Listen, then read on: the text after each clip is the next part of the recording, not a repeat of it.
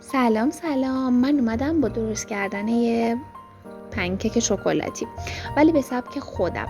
به جای آرد از پودر اوتمیل شکلاتی، به جای شکر از شکر قهوه‌ای و به جای شیر هم از آب استفاده کردم. سعی کردم بیرون نرم، با همین در واقع وسایلی که توی خونه دارم انجامش بدم.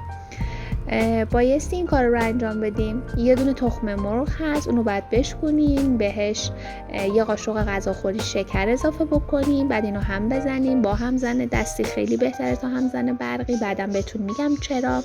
بعدش باید بهش یه قاشق غذاخوری روغن و نصف لیوان آب اضافه بکنید، بازم باید هم بزنیم بهش یه چند دقیقه‌ای. البته بازم خیلی نباید هم بزنیم چون کف میکنه، اصلا غیر قابل استفاده میشه. با همزن دستی باید انجامش بدیم. بعد هم بهش بیکینگ پودر که تقریبا یه قاشق چای خوری کمتر بیکینگ پودر اضافه میکنیم و حالا اوتمیلمون هم اضافه میکنیم. من یه لیوان ریختم تقریبا، چون خیلی شله مخلوطه حالا تخم مرغه که یکم مایع از حالت مایع بودن خارج بشه و سفت بشه.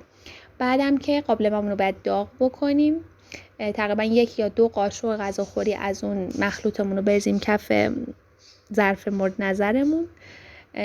کم کمی شروع میکنه به حباب زدن و کنارهاش مشخصه از سطح داره جدا میشه و به راحتی قابل برگردوندنه. برش میگردونیم و این میشه پنکیک ما. فقط نکته هایی که داره، من واقعا امروز متوجه شدم برای اولین بار پنکیک درست کردم، اینه که اول اینکه بهتره که از همزن دستی استفاده بکنیم به جای برقی، چون همزن برقی باعث میشه که خیلی یهو کف میکنه، اصلا از کنترل خارج میشه.